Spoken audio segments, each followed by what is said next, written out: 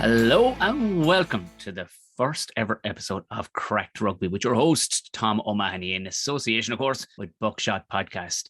Welcome, anybody new to the situation. Fantastic to have you. Anybody jumping over from Buckshot or the Tom and Jerry Show or Hard Enough Podcast, you're also very welcome.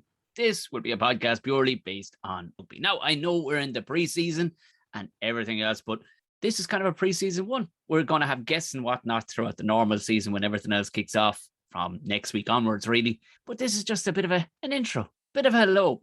Have a look back throughout the preseason games that have happened. We are, of course, an Irish podcast, and we'll be covering the home provinces and whatnot, but with a smattering of the old internationals and whatnot, because you can't not, you know what I mean? And of course, bits and pieces from the old Premiership, if and when they are needed. Of course, there will be a few bits from Europe. Basically, I'm covering almost everything bar Super Rugby, essentially. And let's be honest, with the new URC, we've half of them now as well. So I think we'll be all right. I think we'll be okay. A bit of intro to myself. I'm a stand-up comedian and podcaster. Like I mentioned, three podcasts that I've been involved with. Currently still involved with Buckshot Podcast, my own one, and the Tom and Jerry Show.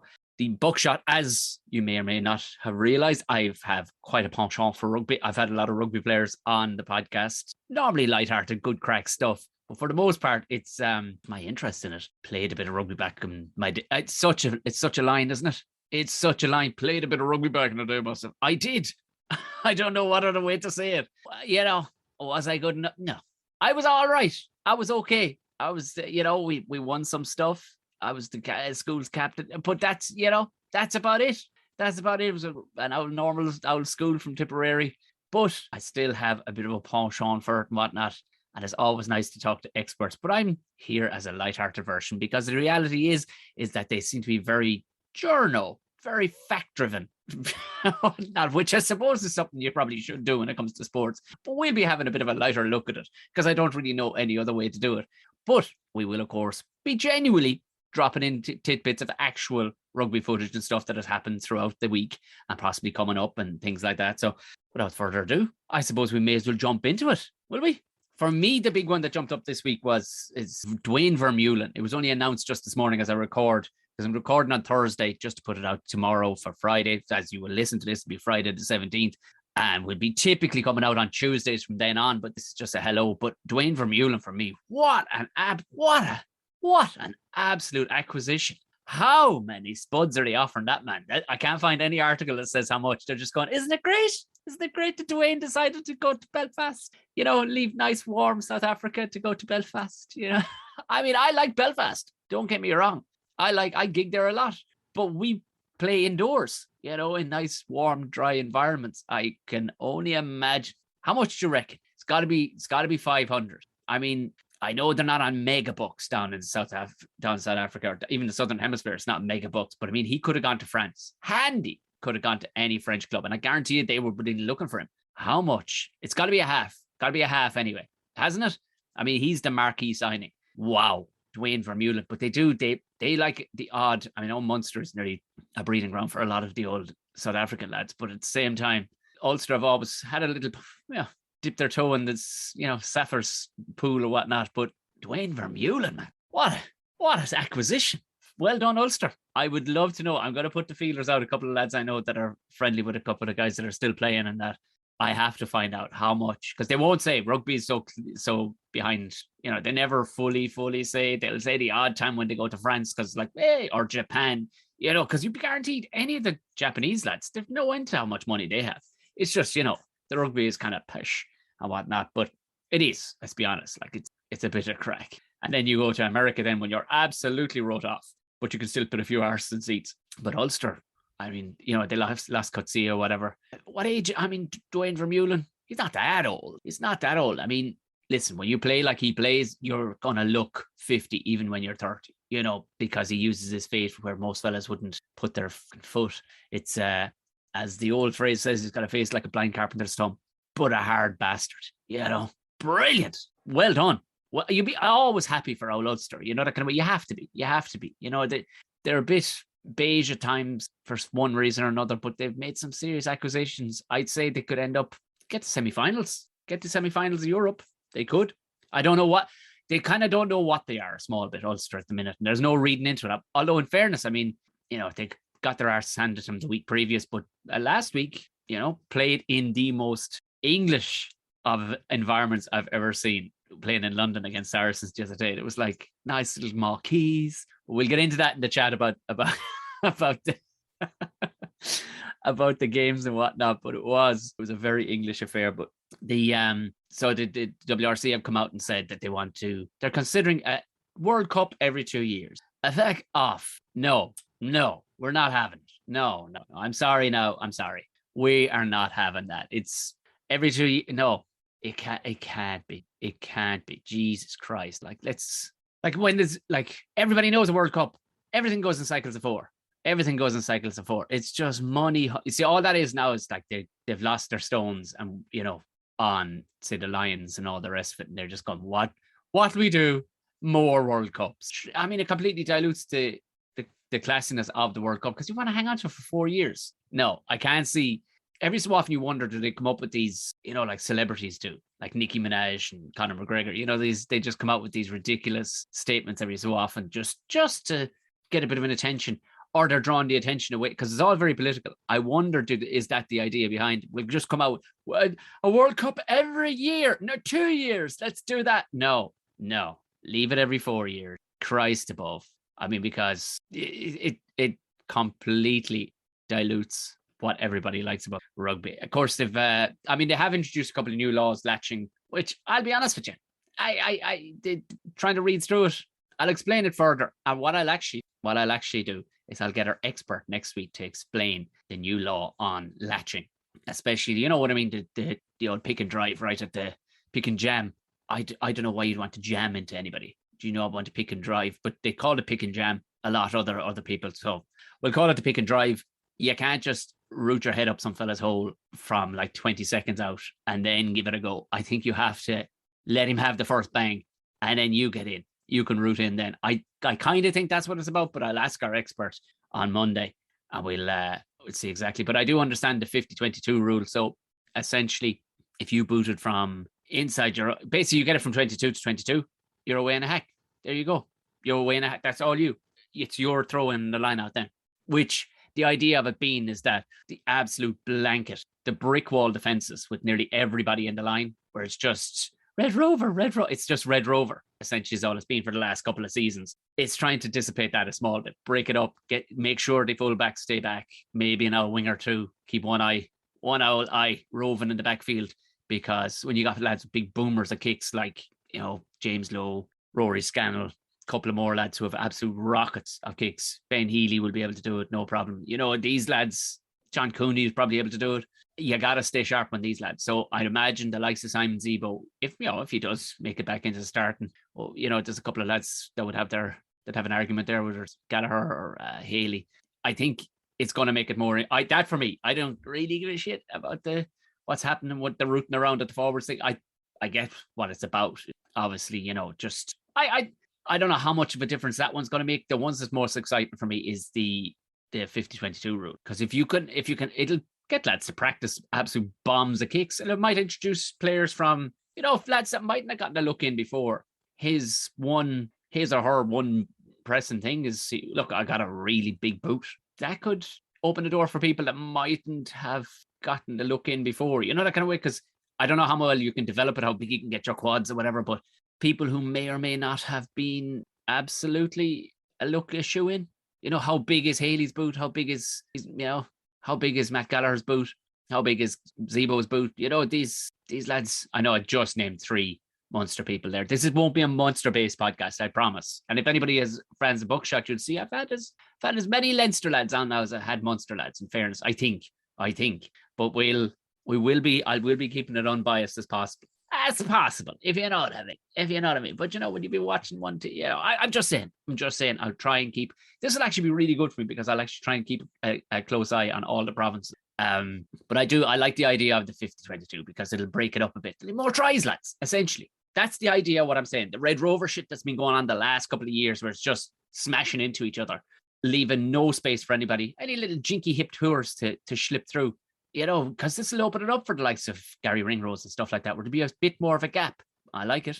I think we're going to see more tries, which everybody wants to see more tries. That's why I can never understand soccer why they don't widen the goals. Give them 10 goals each. I'm not here to slag off other sports. Declan Moore, along with another signing. I don't know how good, bad, or indifferent he is. He's a big old unit, but apparently he's Irish qualified. He's coming from the Melbourne Rebels. He's coming over he's a Kiwi, I think, by birth, but he is Irish qualified with a name like Muir. Sure, I mean, say no more. Well, hey, that was ridiculous. I didn't mean to do that at all, but Declan Moore, anyway, he's coming over from the Melbourne Rebels. No harm. Wish I did see a bit of a mullet. I won't lie, given what's going on here. Anybody watching it on the video, because yes, the full video, if you're listening to this on audio, the full video is over on YouTube as well.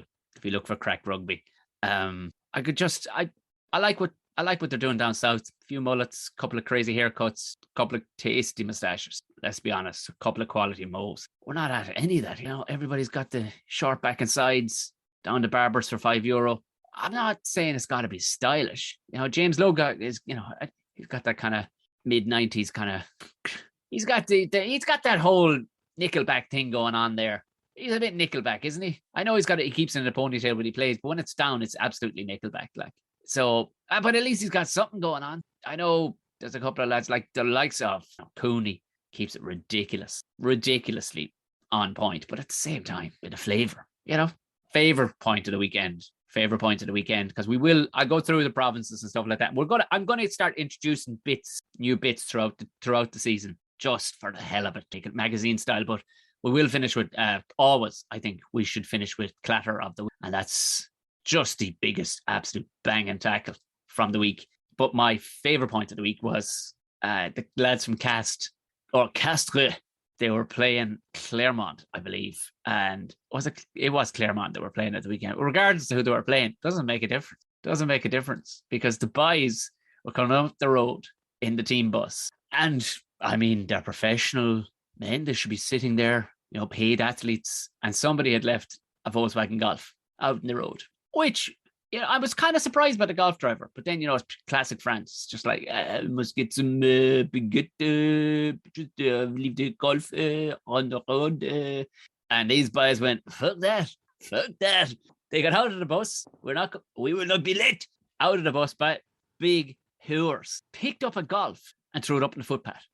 Go have a look for it. It's there on it's everywhere at the minute. It's one of the best things ever. It's just these brutes. Because you kind of go, what's outside of rugby, what's your size for? Because, poor old bastards, the size of them, these lads, 120 kgs and stuff like that. You get a couple of them hang onto the bumper of a Volkswagen Golf and just horse it up onto the footpath. I love it. Not a bother. And then went out and won the game. So they'd be talking about, conserving your energy and all the rest of these guys. Not a bother to them. Fired the car out of the way like something out of the fucking Avengers. Back on the bus and went out and won the game. How class is that? I love that. That's what you want to hear. I love that stuff. Brilliant. Good on your cast.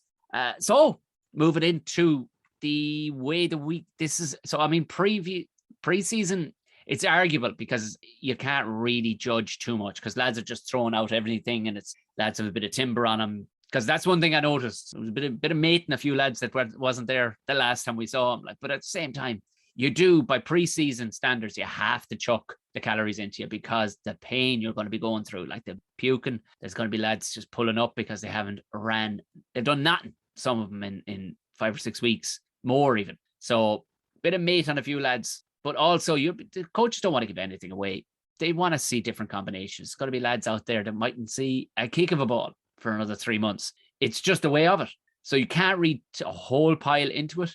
And I watched the Munster match, all right, and I caught the highlights. I've watched nearly all of the other ones too, because thankfully for YouTube, it's all up there, and it's great. I can actually treat it as work. I'm like, well, it's work. It's for the podcast. I'm just sitting here. I don't feel guilty that I'm not, tending to things that a father should be tended to. I'm working. Don't bother me. I'm working. So rugby has technically become work now. Fantastic. And brilliant to see. I love to see Neil Cronin. Like, he came back from, like, there's a story, Neil Cronin, for anybody who's wondering, like, the guy was a teacher like 2 years ago, 3 years ago, whatever. He just teaching. Good rugby player. Sean Cronin's his brother, the hooker for Leinster. And he's just teaching. And out of nowhere, Johan van Graan just gave him a start. He just got, come on, man, I'll give you a contract. Give it a crack. And like, he's no, like, he's not out, but he's no spring chicken. Like, but just, I love that.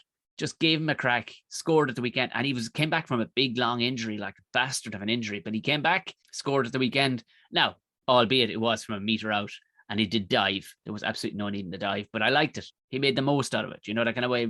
It was lovely to see it. And, but Jesus Christ, there's some lads, you know, they never turn it off. Like the likes of Earlsey, you know what I mean? You know, they never turns it off. But Calvin Nash, there's a boy. So Munster were playing Exeter at the week. I should really have introed that correctly. Like, so we're going to go through the provinces. Now, don't worry, I'll mix it up every week. I'm just going to start with how I literally wrote it down.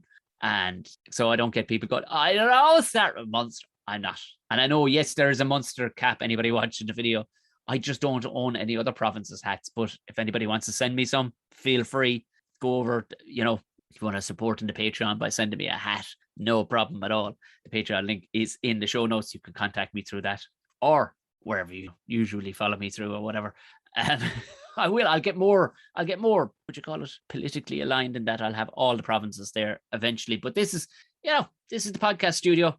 It is what it is. But Calvin Nash, that boy has some engine on. Like there's it's minuscule sometimes when you're seeing the speed that these lads can cover, because you're kind of going, yeah. Sure, look, I mean, he caught your man on the sides. He actually bucked out of a few tackles, and still, because that in itself, not just energy-wise, but momentum-wise, you get driven backwards even a millimetre, or just stopped, a little bit. You literally have to start all over again in a tenth of a second while throwing your body forward to keep the momentum going. And I think he bagged 2 at the weekend. And I know it was against Exeter, who are all over the map, and they're shit hot, like Exeter, a class. But again, for me, he stood out. I'm delighted for Rory Scandal too, blasting it over. But there's Jesus Christ too, the size of that Keenan Knox lad. You've seen shoulders, fuck. You could play handball off his back. He might have run on Salanoa as well. I don't know if he's played for America. He may get him Irish qualified yet, but I know they nipped him off of Leinster, who brought him over from Hawaii. I think that was a bit of a nose out of job. And listen, the guy just mightn't have liked the cut of it. Like maybe he was more, he wanted to live out in the fields of Kilkee, or by the lake or whatever. Who knows? Maybe the man just wanted a bit less urban environment. Not sure. But 2 units. Can you imagine feeding them 2? Brilliant to see it. Great. Keenan Knox, I think he's here since he's about 16. They nabbed him when he was young, so he'll be Irish qualified fairly soon. But brute strength out of that young fella. Woo. Dan Goggin. Not sure it was Dan on a gap year or whatever, but if anybody saw the game, he had Scooter back in the UK. We're talking 1995. Like back when whole touring teams used, which we did as children, we'd bleach our whole head. It's kind of a barbarians thing from like the mid-90s. So every schools team or every club team underage that went touring, you'd all bleach your hair. Looks like Dan was either an Ibiza or just thought it'd be good crack. I mean, he's a fine head of hair. And I can't say much when it comes to my hair is absolutely ridiculous. But then again, I'm a comedian. I'm just not sure. I'm not sure about the highlights or the bleaching. I'm not sure which they are. I'm just not sure about it. He got a yellow card for slapping the ball down, but that was neither here nor there. It's more so to do with the hair. I just like to discuss the hair more than anything else. I'm not giving out about it. I'm just wondering, is it necessary? There was a couple of other lads did their hair in yellow as well. I think somebody for Ulster, I think, did it as well. Not sure about it. Moving swiftly along, Leinster. So Munster actually won that one. Munster won that one. I think it was a close enough run thing overall, but I think Munster had the better of them throughout. But mother of Jesus Christ, Leinster against Quins, even though it was 40-21 in the finish, but at the same time, Leinster, they always just look unreal. Johnny Sexton looking as sharp as could be, scoring tries and everything. Do you know what I mean? He's unreal. But then I suppose you see he's had a nice rest. He's had a nice rest, and you could be guaranteed a fella like him was inside in all sorts of freezing chambers, and he is definitely like looking after himself, because big set of guns on him again coming back. I mean, fuck it, let him stay going. I mean, he's only fucking 45 or whatever, so I mean, let him stay going, whatever he wants to do. Jesus, though, impressive to say the least. The kids that I saw, I hosted an event a couple of weeks ago up in Dublin. I saw it's a chap, Byrne. He's not one of the Byrne brothers. He's on the wing. Gorgeous looking man. And he was a big youth. Adam Byrne. Is it Adam Byrne? Adam Byrne. Gorgeous. But my God, you forget every so often. You're like, is he that big? Yeah. And he's a winger. He would have been considered a monster. of a second row in the 80s. Like 15 stone of lean muscle, like possibly even 16 stone of lean muscle. Huge man. And that's just one. He wouldn't even be in Europe, he wouldn't be the starter. He wouldn't be a starter. So Jesus Christ, it's impressive to see it. Like they just did it again. As a Sheehan lad, he's a hooker. He's a serious bit of stuff. I don't know if he's any relation to Frankie from back in the day. It would probably break Frankie's heart if he was, but I doubt it. I'm not sure where he's from, but he's a serious bit of stuff. He really is. Big Dev still on the go. Huh? I was delighted when you see him, because at first I was watching and I was going, is that Big Dev? Because he seems to develop his game now where he doesn't seem to look as tall running around the place. You know, he's kind of running around at about 5.5 foot tall, which is quite a technique. You see sometimes tall lads do it for photographs just to be sound to everybody else. But like he's like 7'2" or something. I met him once briefly in a comedy club. And I say met him, like I just kind of gave him a nod, and the host hadn't spotted him. None of the other acts had spotted him. How? I don't know. But like he had done an amazing job. But the giveaway sign, because you see out of perspective down a room, Dev Toner, you may think he's closer to you than he actually is. You know what I mean? He's that big of a man. And I looked down and I saw him, and he just looked at me and for a split, he was like, he gave me there was just a glint in his eye that said, please, man, I'm just out for the night. Like, I mean, there's so many things, but pure respect for the man. Little wink. Nobody else really copped it, or if they did, they just thought I had something in my eye. But the thing that stood out to me most was with the perspective of looking at him, you could say, okay, I think he's closer to me than he actually is, which is something Tony Buckley always looks. He's so in proportion in Hulk standards. But when you looked at the pint in Dev's hand, he's a pint in his hand, and it looked like I swear in my life, it looked like, you know, the mini, like the half pint glasses that are shaped like a pint glass, you know, not just a straight. It actually, oh my sweet, that's what it looked like in his hand. It genuinely, I mean, I could joke and say, well, it looked like a fucking shot glass. It didn't. Imagine your hand being big enough to make a pint glass look half the size of it. If it's like in every direction, look at your hand right now. Every direction, fingers, everything, twice the size, length, width, palm size, spread it out, 2 sizes of that. And that's what you're talking about, Dev's hands. Anybody listen to the episode of Buckshot with Dennis Leamy, and he confirmed that. He went, and Dennis Leamy is famed for his paws. He's famed for having just abnormally big hands for a 6 foot man. But he said it, he goes, as soon as I shake hands with Devin Toler, that's it. He's just emasculated immediately. So it's fucking class to see somebody as cool as Dev still on the go. I love it.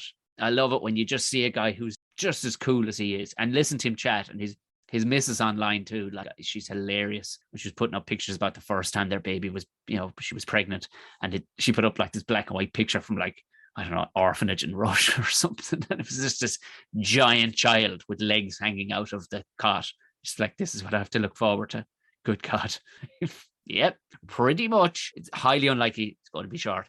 And Ulster, they absolutely pulled the trousers down of Saracens. But in all fairness, it was the youngsters they played up against. But it was in the most English setting. It was like being overlooked by the BBC Tower. And it looked like a cricket ground. It looked it looked more like, I don't know, like a pitch that was kind of just a recreational pitch owned by a company. This towering big building over it, like, in only tents all the way around, all marquees, and everybody in pink shirts. Everybody was like pink and baby blue or white. So English, you know. And even the commentary lads kept on talking. Oh, you know, kept on just being, oh, well, you know, lovely, really nice, really nice. Meanwhile, Ulster are baiting the bollocks off them. Like, they won 33-3. Like, that's a bollocks baiting in anybody's book. And just lovely. It was lovely. I'm not sure about the yellow jerseys. I'm not a fan. Ulster, red, white, black. Come on. I'm not sure. I know everybody's going to change it up, and people are giving out about the Munster jersey as well this year. But the yellow jersey for me is pure Claremont. Like, I can't be looking at it. Doesn't do it for me whatsoever. I think Munster had a fucking hyper yellow yoke a couple of years ago. What is this thing? There's a Toomey lad though. No, is it Timoney? Beg your pardon. Yeah, Timoney. Jesus, he has put on some size. He's playing number 8 for Ulster. Christ, he's a big boy. He is a big boy. Again, some lads I suppose struggle, the real tall lads, but the back rowers, they tend to be tanks, you know, and the weight goes on him handy enough. Like, but he has put on some size. Like, you could see it. You could see it not just physically in the jersey busting off his back, but when he clatters into lads and they you can, when the camera is around the other side on the back of the defensive line, and he hits somebody, and all of a sudden they just flex. Like he's, you see a horror movies when the door just kind of nearly bends with somebody banging on it. That's the same thing when that fella's, because Ireland now have a couple of decent lads coming through who are all going to be chomping for that bit, that CJ Standard jersey. They're all going to be looking for it. Gavin Coombs, who was Prendergast, I think, with Connacht. So all a couple of big boys. I don't know who was playing. I can't remember who was playing number 8 at the weekend. It wasn't Ruddock. I think he was at 7. I can't remember who was playing number 8 for Leinster at the weekend. But we breed big number 8s. Even though I know CJ Standard, but we have a couple of units coming through that will work absolutely grand. It was Craig Gilroy had his hair bleached as well. He must have been on holidays with Dan Goggin, was he?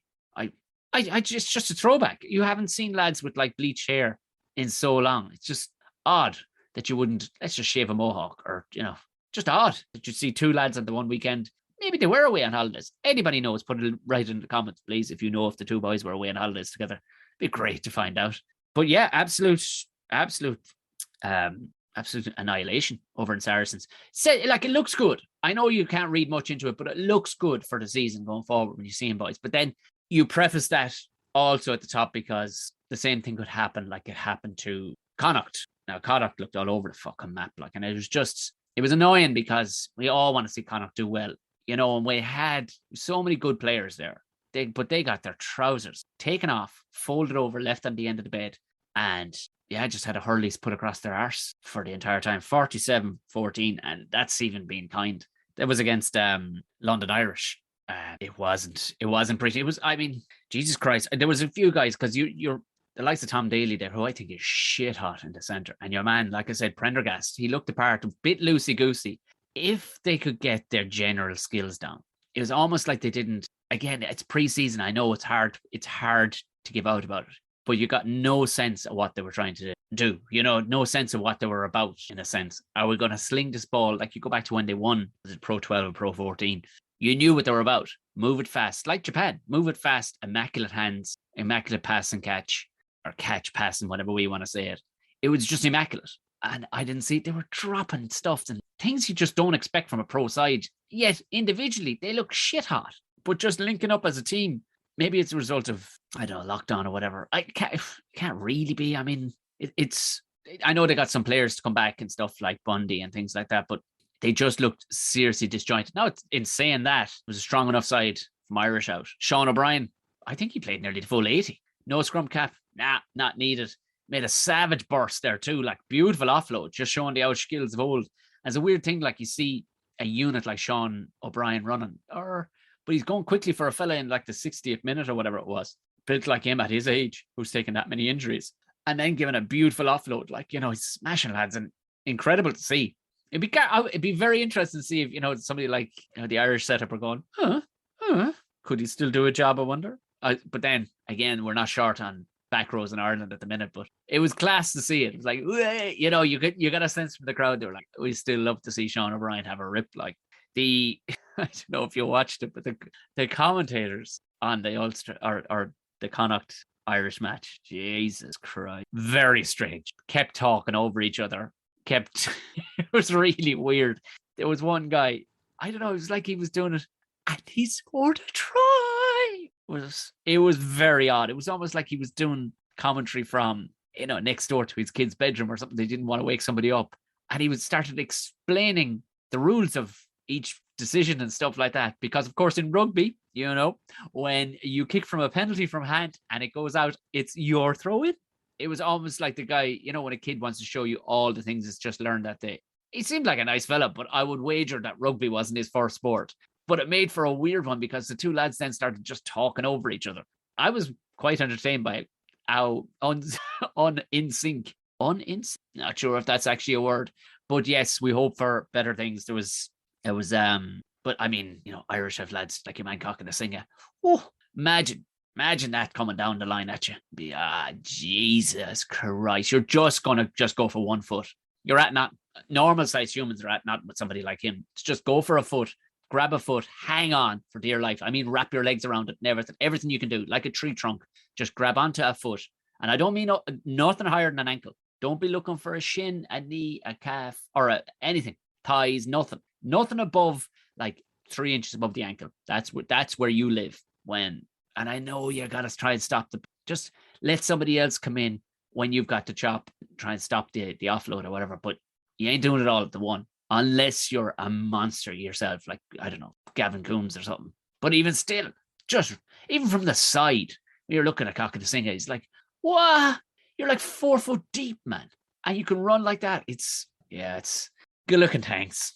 Good looking tanks. That was, I mean, the Prem as well had, it had some preseason stuff. Hard to call it really. I mean, of course, Quins, they were thereabouts in bits and pieces with Leinster, but you're never going to see your full hand. Like, you're never going to see your full hand. So Premiership wise, we'll talk a bit more on it when it rolls around next week. It's this weekend, actually. I think it rolls around, but we'll talk more on it.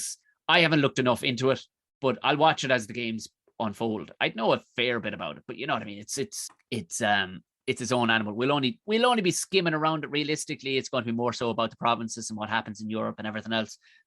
Very, very exciting times to have it back. We have, of course, the URC is starting, and it's going to be played on RTE. The URC, the United Rugby Championship, they're calling it, which kind of feels, a bit superhero-ish, but we'll go with it.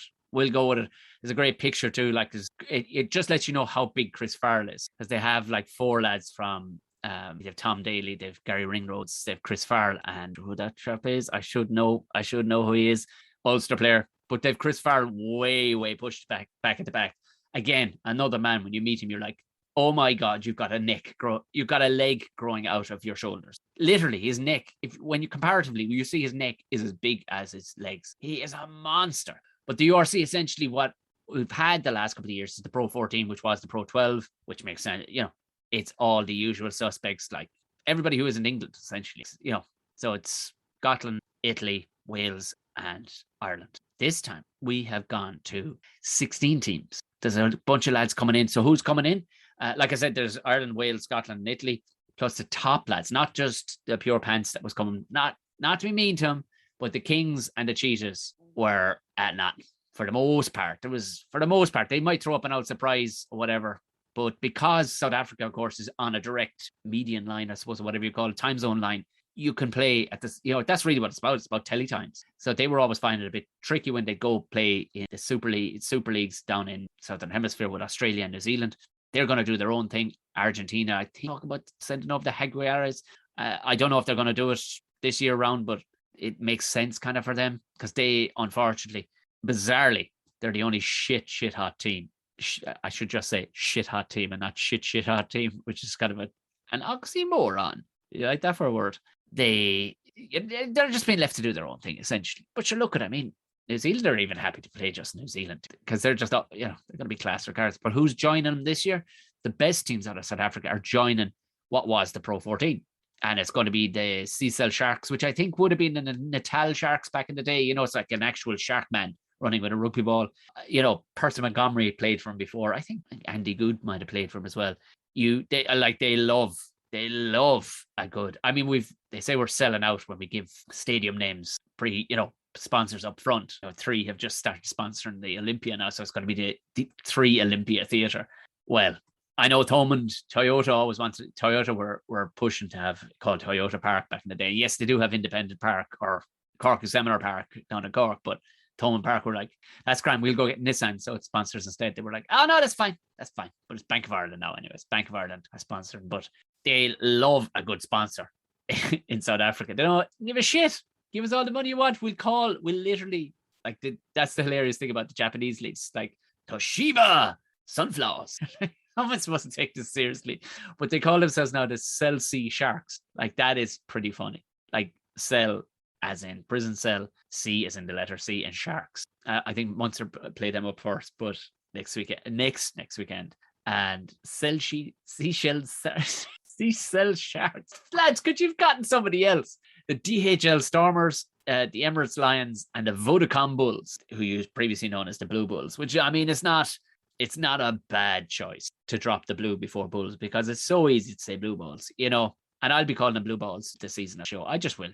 So it'll be an interesting one. And the way it was done before was 2 conferences when it was Pro 14. This is not dull. It's going to be All 16 teams down in one league. Simple as that. Playoff, I think they play 18 regular games, which is down from 21 games, which it was last year. So it's going to be 18 games and essentially the last 8 then down into quarterfinals, semifinals, and finals. Just like a normal league. Just like a normal league. That's the way it's going to be done.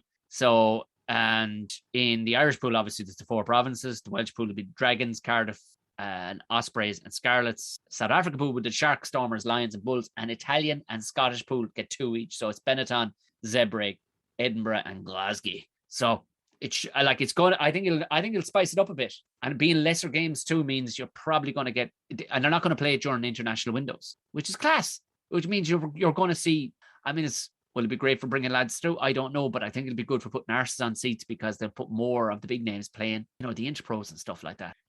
It's a good thing. And on top of that, it's on terrestrial, so I'm sure it'll be on terrestrial to whoever's. I'm hoping it is whoever is watching abroad. I hope it is. I think it's going to be on mostly terrestrial when I looked it up, which is absolute class. Brilliant. Back to the old schools. Bring back Fred Cogley. But you remember old Fred Cogley? It used to be great. That's about the roundup. That's it. Normally, we're going to have a guest jump in and talk about a bit more expertise. I will get him to explain the new changes in the rules. Up next weekend, I think the only two provinces. I think Munster played the Seychelles Sharks. That's it. The Seychelles Sharks. That's it for the season. The Seychelles Sharks. And Leinster played Blue Balls. So they play the Vodacom Bulls. The Blue Balls. Leinster are going to be playing them up next weekend. Be interesting to see what you run with your brung. I'm guessing not all the international will be back, especially the lads that went on the line, stuff like that. I'm guessing they'll be back. But Ulster and Connacht, I think, the following week. Clatter of the week. Now go have a look at this. I think it's hard to find it. You'll find it on Twitter if you look for it.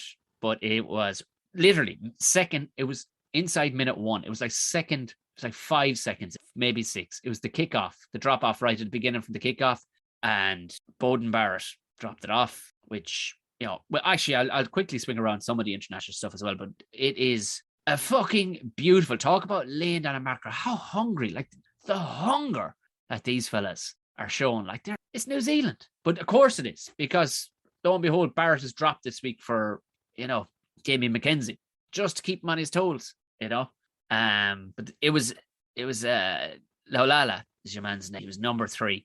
Oh my Jesus Christ Almighty, Nipo Laulala. He hit the number. He's number 6. He's been there forever. Pablo Matera. Oh Jesus Christ.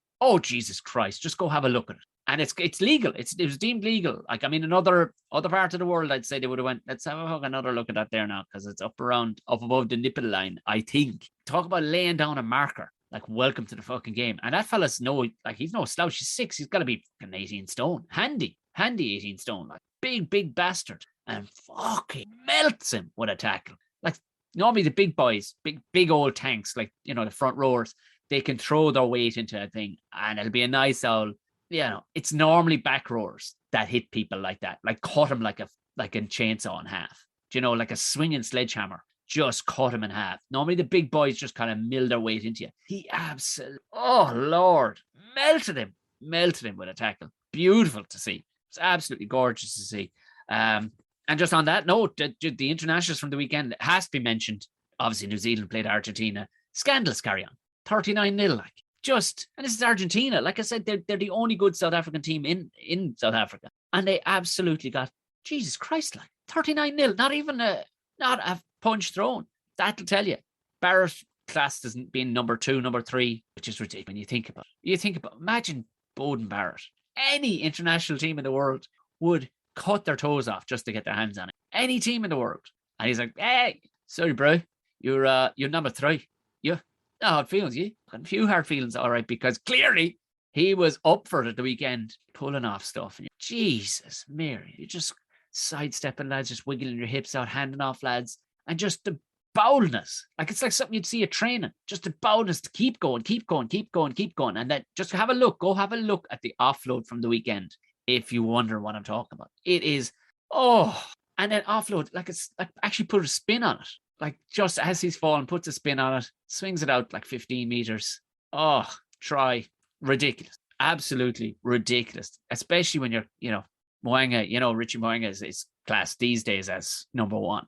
to him. Like, and there's three Barrett brothers. Them boys, apparently they spent 5 or 6 months in, was it Mayo or someplace? Because their father was into farming and he did some farming swap thing and brought the boys with him. With the name like Barrett, they technically possibly could have played for Ireland. Imagine, Lords, 3 lads playing in vastly different, well, they're about vastly different roles, like, but apparently they all turned up to school with no shoes on because, I can brew, why do you need shoes? Aye, like, well, it's cowled here and it's wet and there's loads of sharp stones. These lads, I'll tell you, like, just hard as nails. And it was an absolute drubbing. But the game of the weekend really was Australia, South Africa. What a humdinger.